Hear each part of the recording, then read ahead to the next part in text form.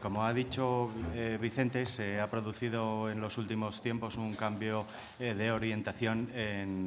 a la hora de mirar la ciudad por parte del urbanismo, que tradicionalmente se contemplaba mirando la ciudad como medio para realizar el ensanche, lo que tradicionalmente se conocía como el ensanche o expansión de las ciudades mediante la transformación del suelo que se encuentra en la situación que actualmente se conoce como rural hasta pasar a suelo urbanizado y, por lo tanto, formar parte de las ciudades. Son muchos los factores, algunos de los cuales ya han sido anticipados por Vicente, que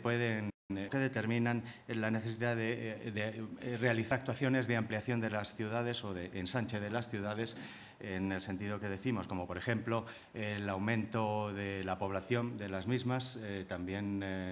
la necesidad de operar en el mercado de la oferta y de la demanda para intervenir en los precios de las viviendas, así como en los alquileres de las mismas. Y también las necesidades prácticas, como son las derivadas del tráfico. En el caso de una ciudad pequeña que no se ha ensanchado todavía, pues evidentemente el tráfico se encuentra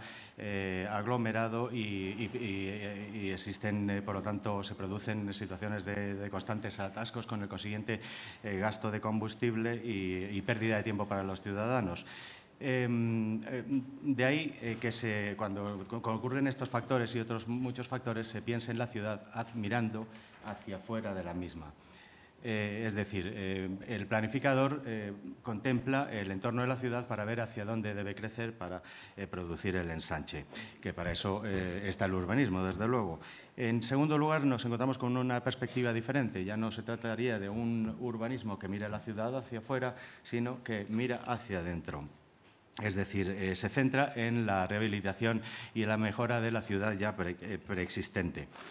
El tránsito de un sistema a otro o de una perspectiva a otra se debe a varias razones, entre las cuales podemos citar el hecho de que al enfocar la actuación de los poderes públicos, al enfocarse sobre el exterior de las ciudades, se descuida de algún modo siempre el interior, poniéndose de manifiesto la necesidad de realizar actuaciones que mejoren la seguridad, la salubridad, ornato público, la eficiencia y de la ciudad y, por lo tanto, en términos generales, para mejorar la calidad de los ciudadanos, que para eso también está el urbanismo,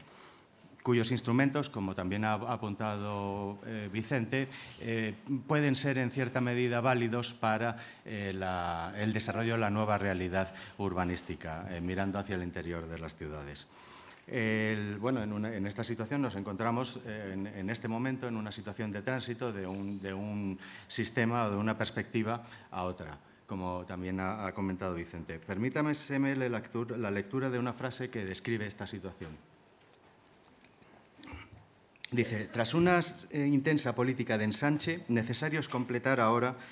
la obra presentando un proyecto para la reforma y saneamiento del interior de las poblaciones. Pues claro es que las poblaciones que se ensanchan son precisamente aquellas en que ha aumentado en gran manera el número de sus habitantes y ha adquirido un gran desarrollo su comercio e industria, lo que naturalmente produce también un continuo y creciente aumento de tráfico en su interior.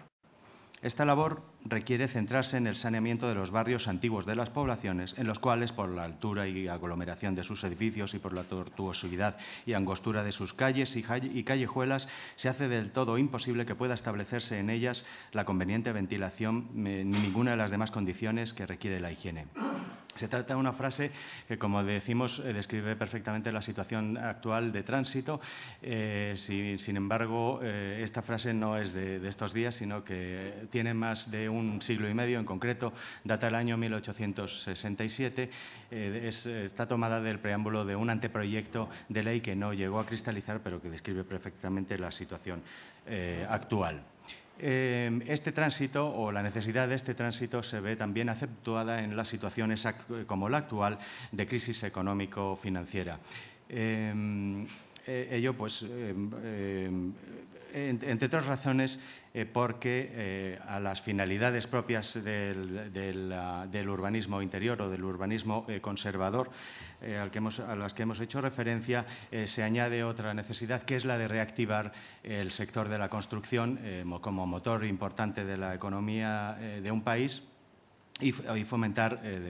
con ello también el empleo, que es una de las finalidades de la ley de las 3R, según su propio preámbulo. En estas situaciones de crisis es frecuente encontrarnos con supuestos de urbanizaciones que han sido abandonadas, en las que se ha realizado el proceso de gestión urbanística, el correspondiente proyecto de equidistribución, pero no se ha realizado ninguna obra de urbanización, probablemente por la situación de insolvencia o incluso de concurso de algunos de los agentes, de los promotores o de los propietarios obligados a llevar a cabo la actuación de promoción. En estos casos se produce, como digo, la reparcelación, pero la obra urbanística se agota en ella, de manera que no se adelanta y no se realiza ninguna obra de construcción. En esta imagen que tenemos en pantalla se refleja el proceso reparcelatorio, de manera que, como todo proceso urbanístico, tiene su incidencia directa sobre la estructura de la propiedad, sobre la propiedad y los derechos, el régimen jurídico de derechos que recaen sobre el suelo. En este caso, nos encontramos con dos fincas rústicas o en situación de suelo rural, una de ellas dedicada a la plantación de árboles y otra dedicada a pastos para ganado. El planeamiento lo que prevé sobre ese mismo suelo es el establecimiento de dos superficies que van a culminar con la urbanización de las mismas, desembocando en su consideración como solar y la posibilidad de realizar la edificación de varias viviendas, en este caso de viviendas de colectiva, ¿no? Y también prevé el planeamiento la zona por la que va a pasar el vial, así como una zona verde, como sería el parque. Como decimos, esto es un ejercicio teórico, pero tiene que posarse sobre la realidad jurídica y sobre el derecho de propiedad y los demás derechos que recaen sobre estas fincas. De tal manera que hemos coloreado la propiedad de una de las fincas de verde y la propiedad de la otra de amarillo. De no existir la reparcelación, la aplicación pura y dura del planeamiento determinaría que el propietario de los árboles, el propietario de la finca verde, quedaría beneficiada por el hecho de que el planeamiento prevé la posibilidad de construcción de varias edificaciones sobre las mismas y, por lo tanto, de enriquecerse con la explotación de las mismas, en tanto que el propietario de la finca de pastos, sin embargo, va a ver cómo su suelo va a ser ocupado por un vial o por una zona verde, como es el parque que tenemos aquí reflejado. Se produciría aquí un agravio comparativo entre los derechos de uno y otro en beneficio del titular de la finca verde, que acaso pudiera ser primo o amigo del alcalde, ¿no? Entonces, para evitar estas situaciones injustas, están los expedientes de equidistribución y la reparcelación, que determinan que todos los propietarios, en este caso los dos, el azul y el amarillo, deben participar en la misma proporción en los beneficios y en las cargas derivados del planeamiento y de su ejecución. De tal manera que se fraccionará o se reorganizará la propiedad del ámbito para dar lugar a la posibilidad de distinguir entre el suelo que va a ser ocupado por las dotaciones, viales o zonas verdes, y el suelo que va a ser susceptible de edificación. Es frecuente, decimos, que la urbanización, sin embargo, se abandone en la fase, una vez terminada la fase de gestión urbanística o la fase de reparcelación, dando lugar a situaciones incómodas como la necesidad de que el propietario de la finca amarilla, que ahora lo es de lo que va a ser un solar, el solar amarillo destinado a viviendas, tenga la intención de devolver a la estructura de la propiedad. Tengas en cuenta que el proyecto de reparcelación determina la posibilidad o no la posibilidad, o sea, desemboca en la inscripción en el registro de la propiedad de las nuevas fincas que pasan a los antiguos titulares por la vía de la subrogación real. En este caso, por lo tanto, se procede, o en estos casos, la intención o la tendencia de la voluntad de los propietarios es volver a la situación anterior, a través de lo que podría denominarse desreparcelación o reparcelación inversa, que plantea múltiples problemas en su aplicación práctica, sobre todo en merced a la aparición de derechos de terceros adquirientes o de derechos reales sobre las fincas, como por ejemplo las hipotecas que se hubieran constituido. Como decimos, tradicionalmente el urbanismo en España estaba mirando hacia el exterior, es decir, se trataba de un urbanismo de ensanche. Esta es la tendencia que tiene lugar en el siglo XIX a través de la ley de ensanche. O las leyes de ensanche, existiendo, sin embargo, algunas manifestaciones o algún guiño tímido hacia el urbanismo del interior o de la reforma interior en las leyes de expropiación forzosa que establecían la posibilidad de utilización de esta técnica de expropiación para conseguir una mejora, ampliación o saneamiento de la ciudad existente. En el siglo XX, las leyes del suelo, la ley de 1956, la del 76, la ley de reforma de 1990 y el texto refundido de 1992 se vuelcan sobre la concepción tradicional del urbanismo. Sin embargo, desde finales del siglo XX hasta el presente, cobra cada vez mayor protagonismo el cambio de perspectiva desde el urbanismo expansionista al urbanismo conservacionista o urbanismo interior. Esta tendencia tiene su manifestación en la Ley del Suelo de 2007 y el texto refundido con subsiguiente, que es de 2008, en cuya exposición de motivos se pone de manifiesto este cambio de tendencia. Sin embargo, se reprocha tanto de la Ley de 2007 como del 2008 que este cambio de tendencia no es más que una mera declaración de intenciones porque en la práctica realmente no se pone en práctica. En esta situación irrumpe, como ha dicho Vicente, la ley de las 3 Rs, que es la ley 8/2013, que tiene una vocación de mirar hacia el interior de las ciudades, hacia la reforma interior. Se trata de la ley de rehabilitación, regeneración y renovación urbanas, que dio lugar o que desembocó en el texto refundido de la Ley de Suelo y Rehabilitación Urbana de 2015, en el que se refunden tanto la Ley de las 3 Rs como el texto refundido de 2008.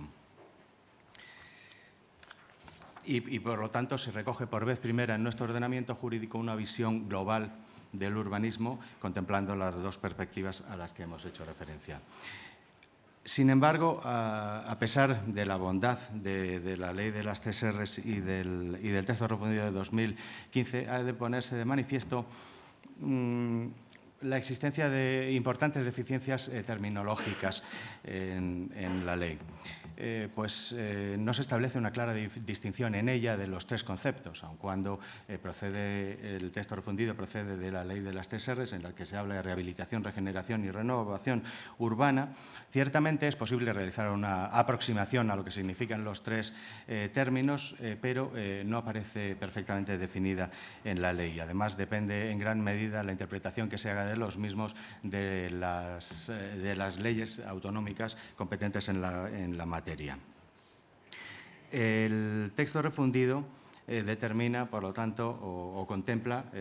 estos 3 conceptos: el concepto de rehabilitación, el de regeneración y el de renovación urbanas. Sin embargo, en el propio contenido del texto refundido se añade una R más, que sería la de las actuaciones de reforma. No se sabe muy bien la distinción entre la reforma y la regeneración y se utilizan indistintamente estos términos.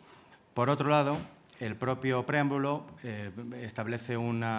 preámbulo del texto refundido establece una visión más simplista de la terminología empleada, en cuanto que dice que un concepto amplio de rehabilitación puede comprender tanto la rehabilitación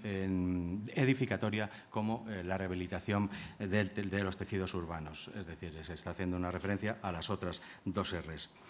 Bueno, en primer lugar hay que tener en cuenta respecto de esta situación que habrá que esperar a la legislación de las comunidades autónomas que depuren los conceptos y establezcan dentro de sus respectivos ámbitos de aplicación las normas de aplicación de uno u otro término.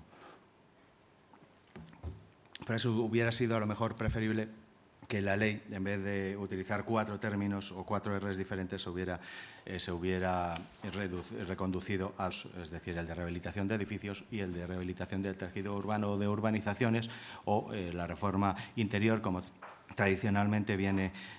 conociéndose a este tipo de actuaciones. Bien, pasando a las...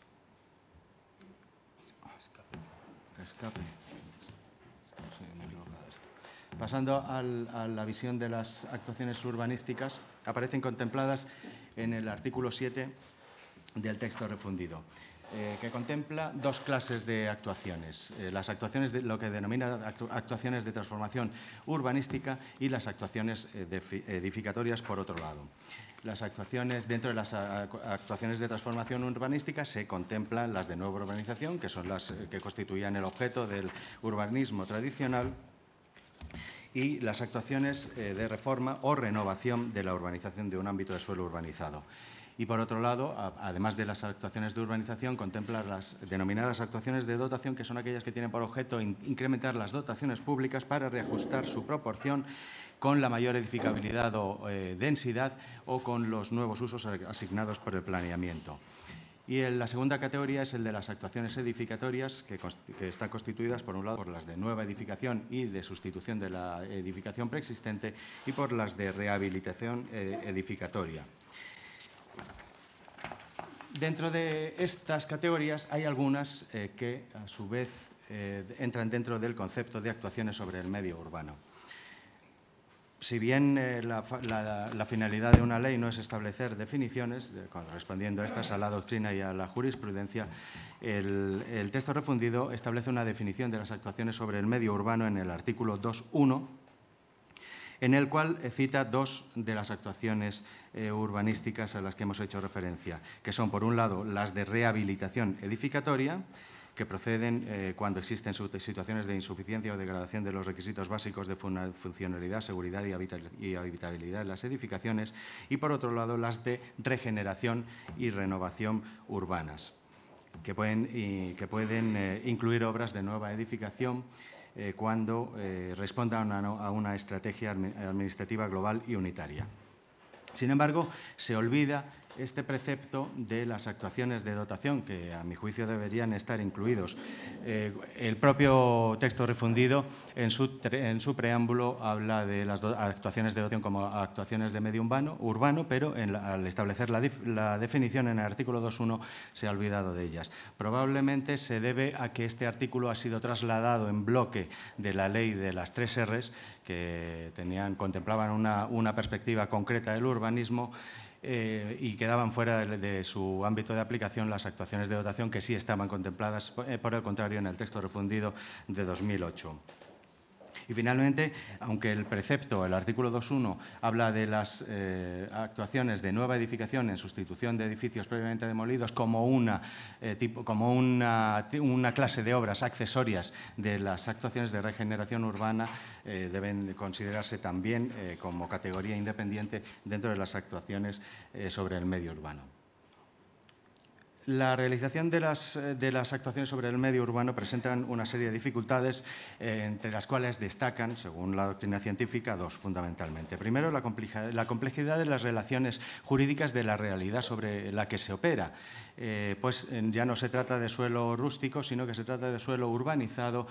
con un gran entramado de relaciones jurídicas y diferentes formas de estructurar la propiedad, entre las cuales se cobra un especial protagonismo la propiedad horizontal, así como la figura de los conjuntos inmobiliarios. Por lo tanto, deben tenerse en cuenta los problemas que se plantean y la necesidad de abordarlos desde una triple perspectiva, no solo desde la puramente urbanística, sino también desde la perspectiva del derecho administrativo y desde las instituciones del derecho civil. En segundo lugar, estas actuaciones generan normalmente menores plusvalías que las actuaciones de nueva urbanización y, por lo tanto, son menos atractivas para los promotores y, además, generan una serie de dificultades en cuanto a su financiación. La ley, el texto refundido de la Ley de Suelo y Rehabilitación Urbana de 2015 trata de dar respuesta a estas soluciones a través de múltiples mecanismos, entre los cuales aquí hemos señalado algunos, como son la ampliación de círculo de sujetos que pueden intervenir en las actuaciones sobre el medio urbano y la posibilidad de la entrada de la figura que puede considerarse o denominarse como el agente urbanizador, como se contempla en el artículo 9 del texto refundido. En segundo lugar, se realiza una importante modificación de la Ley de Propiedad Horizontal de 1960 por parte de la Ley de las 3 Rs, en cuanto que flexibiliza el régimen de adopción de acuerdos, que generalmente estaban sujetos a la regla de unanimidad, para la modificación del título constitutivo, y actualmente se establecen matizaciones a esa regla de la unanimidad y además se establece la posibilidad de que cuando las actuaciones sobre el medio urbano sean impuestas por la Administración, deberá cumplirse con independencia de que se produzca con ello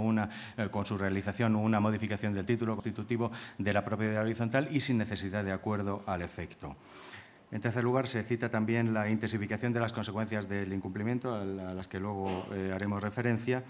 la declaración de utilidad pública o interés social, que supone la delimitación del ámbito sujeto a una actuación de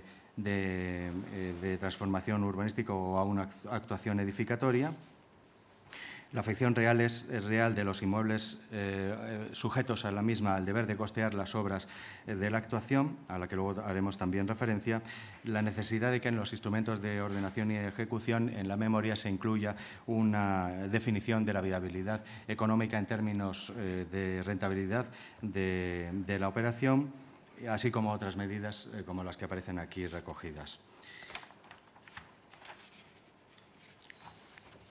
La ley distingue dos clases de iniciativas: la iniciativa pública, que es la que corresponde a la Administración pública o a las entidades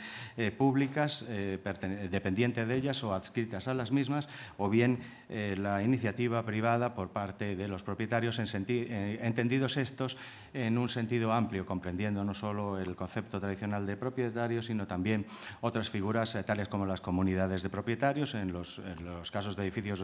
divididos en régimen de propiedad horizontal, las agrupaciones de comunidades de propietarios, en los supuestos de complejos inmobiliarios, las sociedades cooperativas, así como se da entrada también a los titulares de derechos reales y derechos de aprovechamiento. En todo caso, esto es, sea la actuación de iniciativa pública o privada, se determina que los bienes, las fincas y los derechos, incluidos o afectados por ella, quedan sujetos a una garantía legal, que es la afección real de los mismos, para directamente responder de los gastos que genere la ejecución de dichas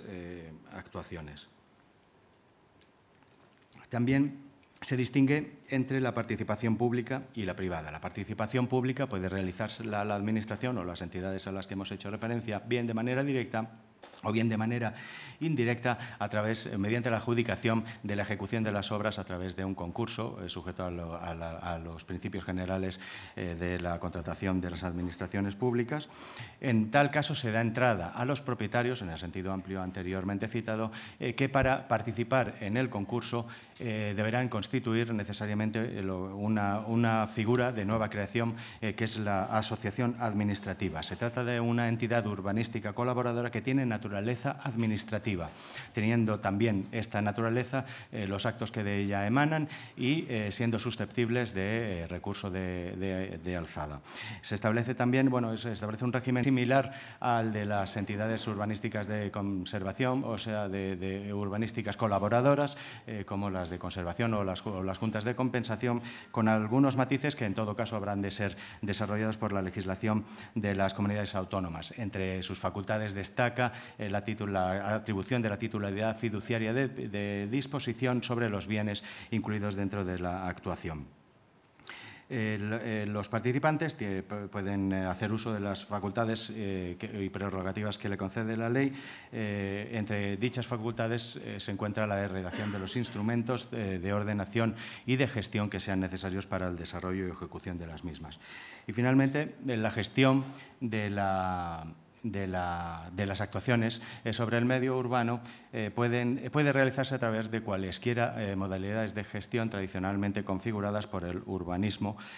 como son la utilización de los sistemas de actuación, en los que la participación de los propietarios o de los particulares puede llevar todo el protagonismo, como sería el supuesto del sistema de compensación. Puede corresponder dicho protagonismo, por el contrario, a la administración pública, como ocurre en el sistema de expropiación, o estar los papeles repartidos entre unos y otros, como es el caso del sistema de cooperación. Se pueden utilizar o considerar útiles algunos mecanismos tradicionales del urbanismo, como la figura de la reparcelación forzosa o la normalización del interés o de las características de las fincas tomadas de las normas establecidas por la legislación urbanística de las comunidades autónomas, e incluso puede llegar a producirse en aplicación de las disposiciones de la ley la reparcelación de una unidad edificatoria, de un solo edificio. Con ello pasamos a ver el contenido del derecho de propiedad.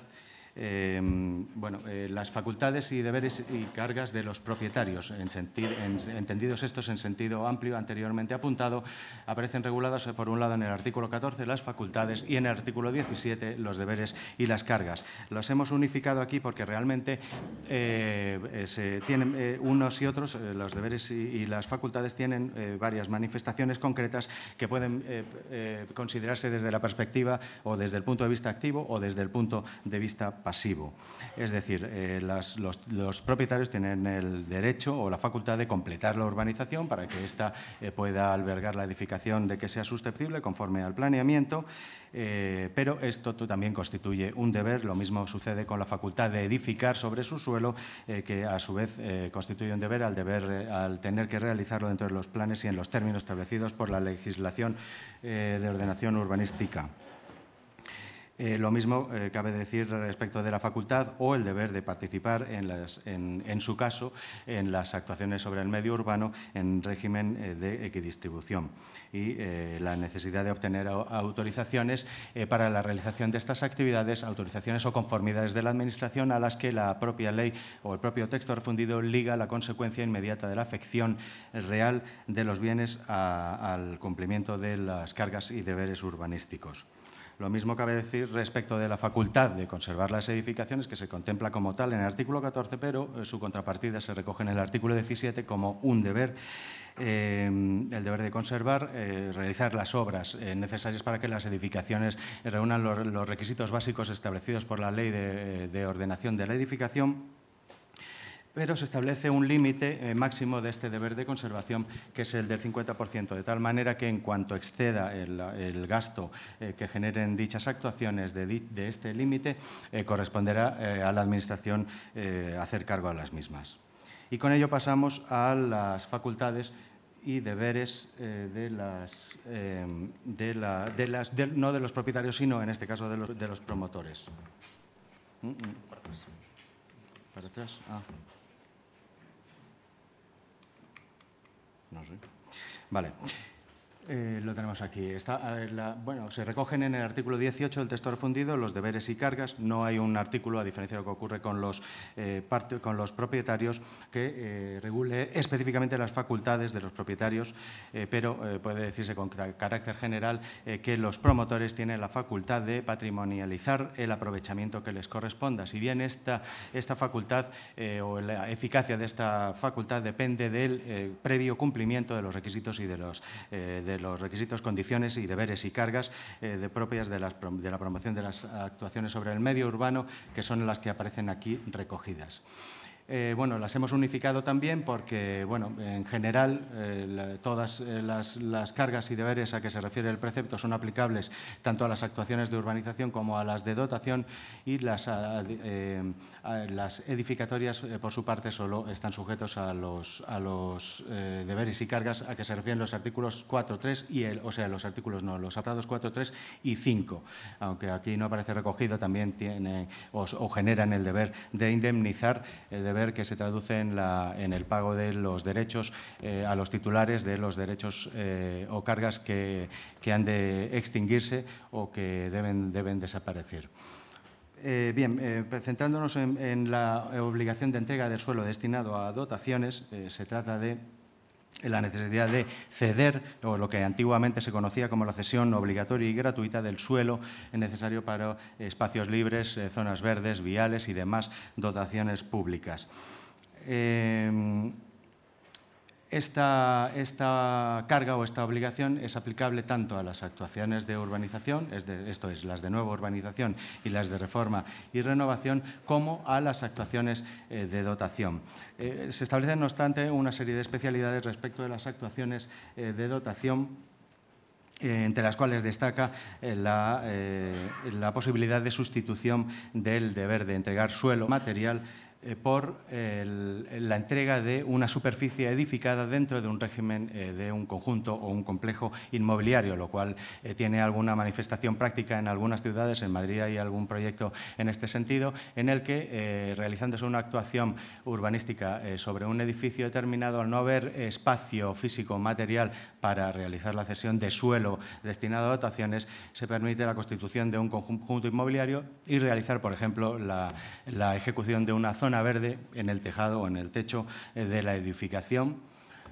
para cumplir con el estándar legal. En cuanto a la obligación de entrega de suelo, también aplicable a las dos primeras clases de actuaciones, la entrega debe realizarse del suelo libre de cargas con destino a patrimonio público y en la proporción establecida por las comunidades autónomas. En cada caso, aunque debe oscilar entre el 5 y el 15% como regla general, si bien excepcionalmente puede reducirse o ampliarse hasta un máximo del 20%. En el caso de las actuaciones de dotación, la cuantía o el porcentaje establecido por la comunidad autónoma respectiva debe aplicarse no en relación con la totalidad del ámbito, sino en relación al incremento del aprovechamiento que suponga la realización de dicha actuación de dotación. Bueno, también destaca la obligación o la carga de garantizar los derechos de realojo y de retorno que son aplicables a todas las actuaciones sobre el medio urbano y que se desarrolla en el artículo 19 de la ley, donde destacamos la distinción entre los dos conceptos, puesto que el realojo se refiere a la necesidad de proporcionar una nueva vivienda a los ocupantes legales de las viviendas antiguas en régimen de vivienda habitual, y el retorno, por su parte, se circunscribe a los arrendatarios, traduciéndose en la obligación de poner a su disposición la posibilidad de arrendar una nueva vivienda y llevando consigo el alojamiento provisional mientras duren las obras. En el caso de realizarse la expropiación forzosa para la ejecución de estas actuaciones, el propietario tendrá opción a percibir en metálico el justiprecio o bien en especie. En el caso de optar por el metálico, no tiene o queda extinguido el derecho de retorno. Como norma común aplicable a todas estas operaciones se encuentra la figura de la afección real a la que ya hemos hecho referencia, figura que sujeta directa e inmediatamente todas las fincas afectadas por la actuación sobre el medio urbano al pago de los gastos de urbanización, figura que plantea una serie de problemas en la práctica y que seguirá planteándolos porque, por un lado, en el texto refundido se asimila en cuanto a sus efectos a la afección de los bienes sujetos a un régimen de equidistribución al costeamiento y al levantamiento de las cargas de urbanización correspondientes, pero por otro lado se asimila en cuanto a su forma y a su plazo a la figura de la afección a la que se refiere el Real Decreto de 1997, el Reglamento Hipotecario Urbanístico, cuando al iniciarse una actuación urbanística la primera operación a realizar es la obtención en el registro de la propiedad de una certificación de dominio y cargas que permita el estudio y depuración de la situación física y jurídica de las fincas, y esta expedición por parte del registro de la propiedad de la certificación se hace constar por medio de una nota marginal en la cual se expone o se expresa que la finca queda afecta al cumplimiento de los deberes del sistema de actuación de que se trate. Ahora bien, este último, la nota marginal, no es la verdadera afección. No puede confundirse la verdadera afección en los sistemas o en los regímenes de equidistribución que se practica en el registro de la propiedad por medio de una inscripción que está sujeta a un plazo de 7 años máximo y que establece una definición perfecta en el registro de la propiedad del contenido del deber mediante el establecimiento de un porcentaje en relación con la liquidación provisional de las obras de urbanización y una cantidad máxima de la que debe responder la finca, de manera similar a lo que sucede con una inscripción de hipoteca. Mientras que la nota marginal de inicio del procedimiento no tiene ese concepto o ese contenido preciso, no está delimitado en qué consiste exactamente y cuál va a ser el importe del que debe responder la finca, y únicamente se hace constar en ella el inicio de la actuación correspondiente, estando sometida a un plazo de caducidad, la nota marginal correspondiente, de 3 años, por lo cual el régimen jurídico de una y otra figuras son absolutamente dispares.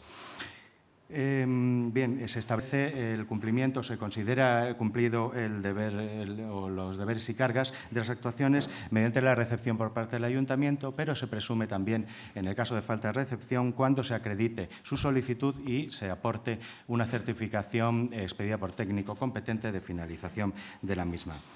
En cuanto a las consecuencias del incumplimiento de estos deberes y cargas,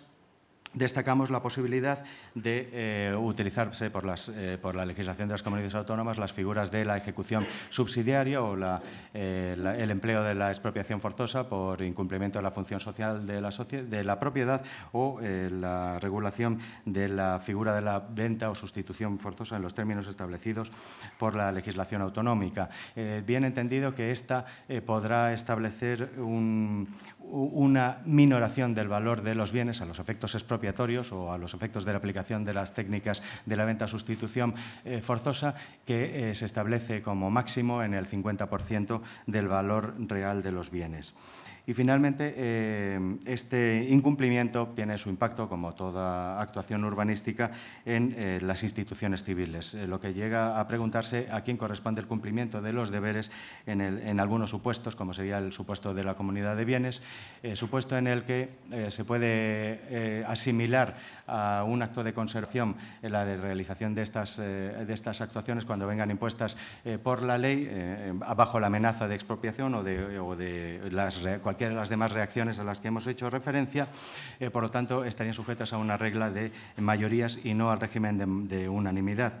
En el caso del derecho de superficie, que se contempla específicamente por el texto refundido de 2015, parece que el ejercicio de los deberes corresponderá a aquel de los titulares, al superficiario o al concesionario del derecho de superficie, que realice la promoción o que tenga la consideración de promoción. Y en el caso de incumplimiento se produce, según establece el propio texto refundido, la extinción del derecho. Y finalmente también puede suceder que la finca del propietario o del promotor que incumple el deber esté sujeta a un derecho real de hipoteca, en cuyo caso se plantea cuáles son las consecuencias sobre ese derecho real de hipoteca de la minoración del valor de la finca en los términos con el límite del 50% a que hemos hecho referencia anteriormente. En tal supuesto, o para tales supuestos, se aconseja que en el título constitutivo del derecho real de hipoteca se establezca el régimen aplicable en estos casos, y, en su defecto, podría abrirse a algunos mecanismos tradicionalmente establecidos por la legislación civil, como sería la posibilidad de ejercicio de acción de devastación que corresponde al acreedor hipotecario en los supuestos de pérdida sustancial del valor de los bienes hipotecados. Y con ello termino la intervención. Muchas gracias y quedo a su disposición para lo que necesiten.